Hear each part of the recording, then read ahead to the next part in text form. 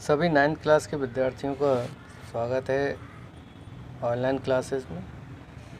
आज चौथे पार्ट को फिर कंटिन्यू करने जा रहे हैं।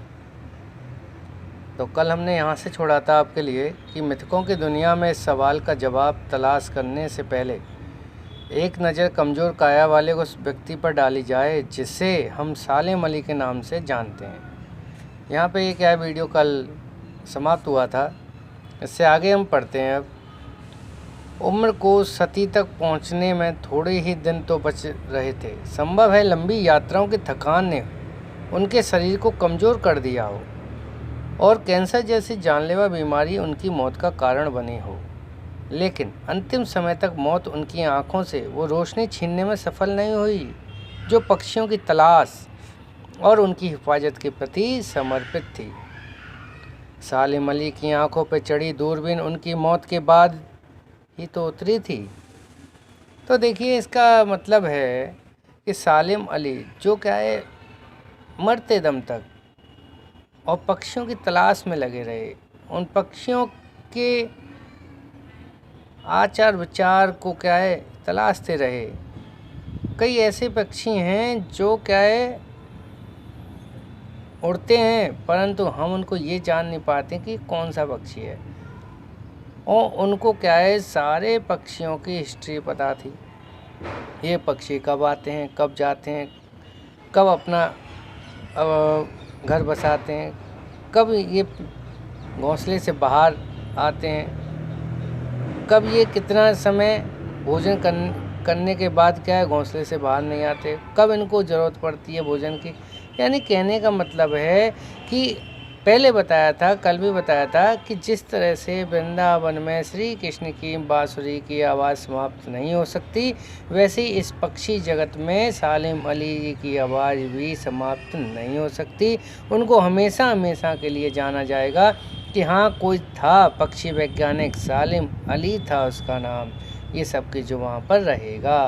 तो इनके नाम को मिटाया नहीं जा सकता पक्षियों की दुनिया में।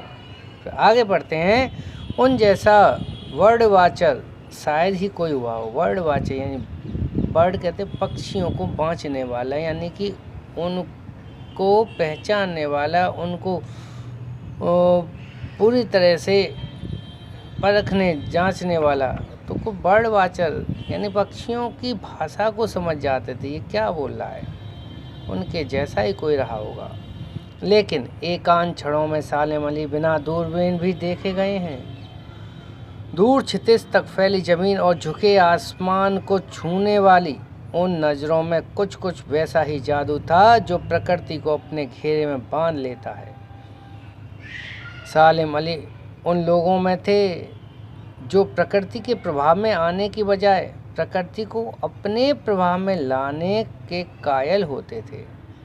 प्रकृति के प्रभाव में नहीं आए, बल्कि क्या प्रकृति को अपने प्रभाव में कायल करने में सक्षम थे। यानी वो क्या है, प्रकृति देखो, प्रकृति आज एक ऐसी चीज़ है कि अगर प्रकृति चाहे तो 1 मिनट में काया पलट कर दे। आप देखते हैं कि बादल हो गए, बारिश आएगी, बिल्कुल मौसम बन गया कि हाँ भाई बारिश आएगी, परंतु थोड़ी देर में सबको साफ।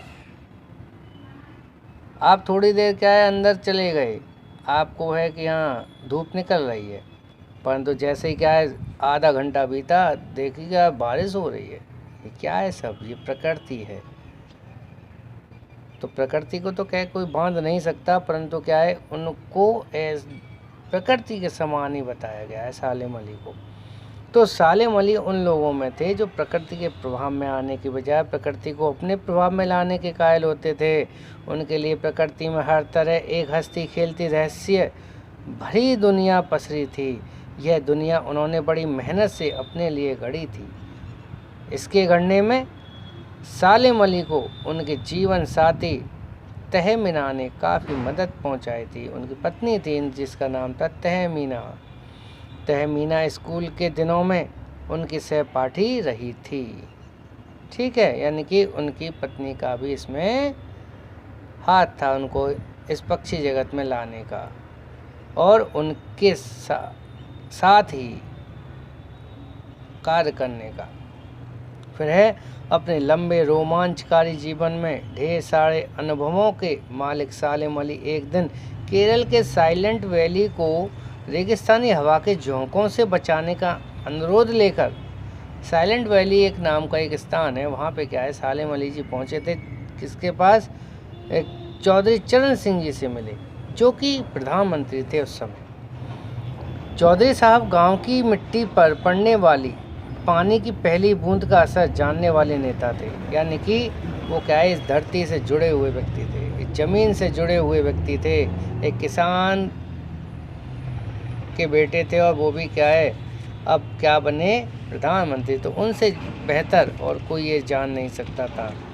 तो पर्यावरण के संभावित खतरों का जो चित्र सालिम अली ने उनके सामने रखा, उसने उनकी आंखें नम कर दी थीं। यानी कि सालिम अली ने बताया कि चौधरी चरण सिंह को जो प्रधानमंत्री थे कि किस तरह से अपना जो एनवायरनमेंट है, जो पर्यावरण है, वो क्या किस तरह से उसका हाश हो रहा है, इसमें क्या कमी आ रही है।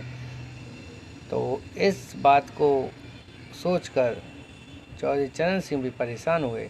तो आज सालिम अली नहीं है, चौधरी साहब भी नहीं है, कोई बचा है जो अब सौंधी माटी पर उगी फसलों के बीच एक नए भारत की नींव रखने का संकल्प लेगा। अब कौन है ऐसा, कौन बचा है जो अब हिमालय की लद्दाख की बर्फीली ज़मीनों पर जीने वाले पक्षियों की वकालत करेगा। यानी इनकी मृत्यु के बाद अब ऐसा कौन व्यक्ति है जो क्या है इन पक्षियों के बारे में बताएगा। तो देखिए चौधरी चरण सिंह और सालिम अली ये क्या है, दोनों अब इस संसार में नहीं हैं। तो लेखक ने इसीलिए कहा है कि अब देखिए अब जो भारत निर्माण के संकल्प को साकार बनाना चाहता था, ऐसा कोई व्यक्ति है सालिम अली जैसा, दुर्गम स्थानों बर्फ से लदे स्थानों पर रहने वाले पक्षियों की रक्षा का संकल्प ले सके, कोई है ऐसा सालिम अली जैसा। तो इस तरह के व्यक्तियों को क्या है एक तरह से उनको एक जिज्ञासु व्यक्ति बनाना कि भाई पक्षियों की दुनिया में भी क्या उनके विचारों को कोई व्यक्त कर सके, ऐसे व्यक्ति की खोज होनी चाहिए और ऐसे व्यक्ति का कहना चाहिए प्रादुर्भाव होना चाहिए। फिर है आगे, सालिम अली ने अपनी आत्मकथा का नाम रखा था फॉल ऑफ ए एस्पेरो।